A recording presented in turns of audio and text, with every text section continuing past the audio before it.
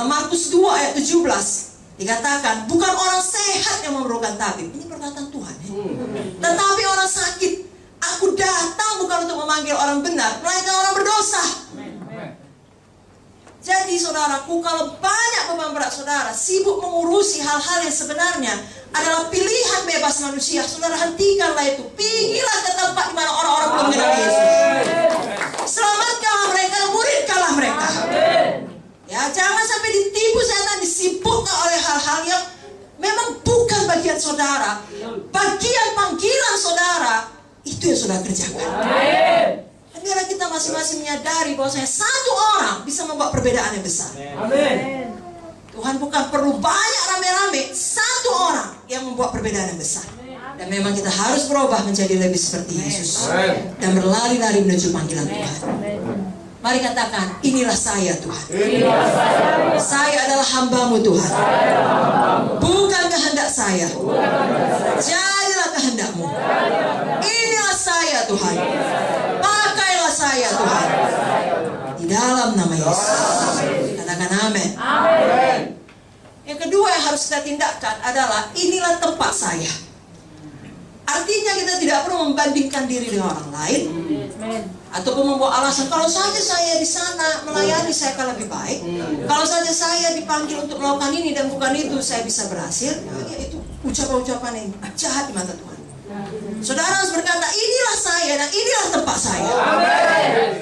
Dan saya akan bersungguh-sungguh di tempat saya ini. Dan saya akan terus tekun seperti iman Kaleb. Saya akan terus percaya seperti iman perempuan Shunem. Amin.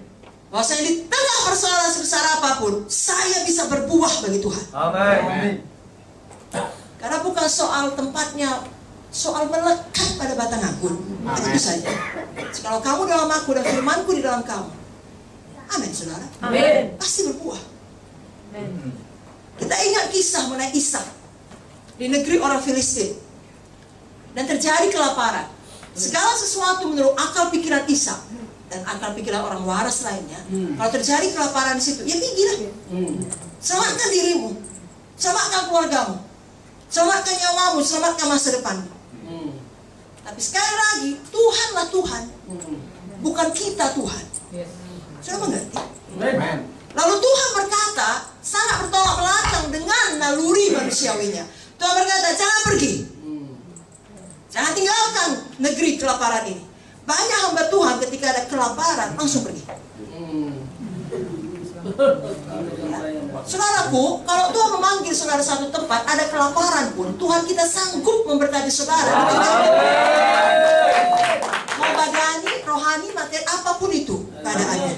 Dan Tuhan tidak berubah. Jadi sebagai hamba Tuhan, kita harus membuang sikap yang suka meninggalkan sesuatu, tidak peduli, mau pergi saja, mau bebas saja. Ketika keadaan menjadi tidak baik. Itu bukan tempat saya, itu bukan urusan saya. Saudaraku, Tuhan mencari, adakah orang-orangnya yang mau tetap setia, tetap tinggal, tetap berjuang, dan berkata, Tuhan yang memanggil saya. Lalu terjadi hal ini harus saya hadapi, ini harus saya kerjakan, ini harus saya selesaikan. Tapi saya akan tetap setia karena Tuhan yang memanggil saya. Bukan manusia, saudara. Banyak saudara hidup melayani karena Tuhan menyembuhkan saudara. Walaupun tidak terjadi kesembuhan, semua kita berhutang nyawa kepada Tuhan. Amin. Kita harus belajar, sama seperti yang dilakukan Ishak, berhenti mencari Mesir.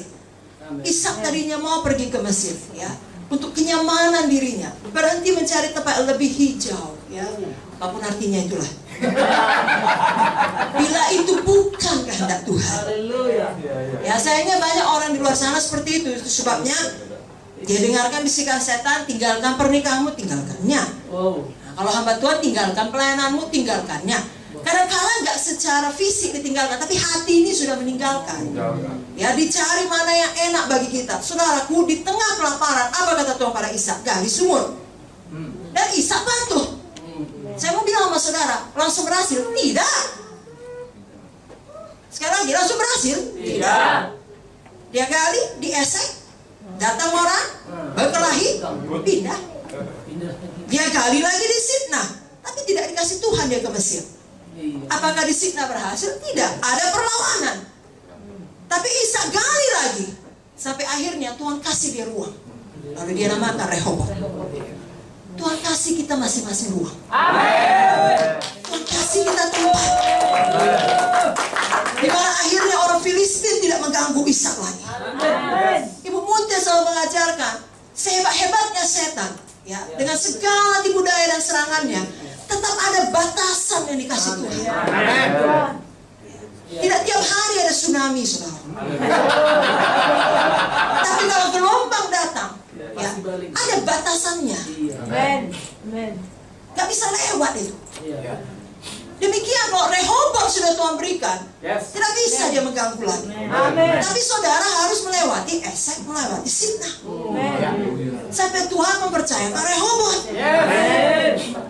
Dan harus ada komitmen dalam diri kita sekali lagi. Inilah saya, inilah tempat saya.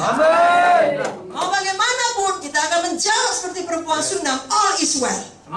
Tuhanku adalah Tuhan. Bagianku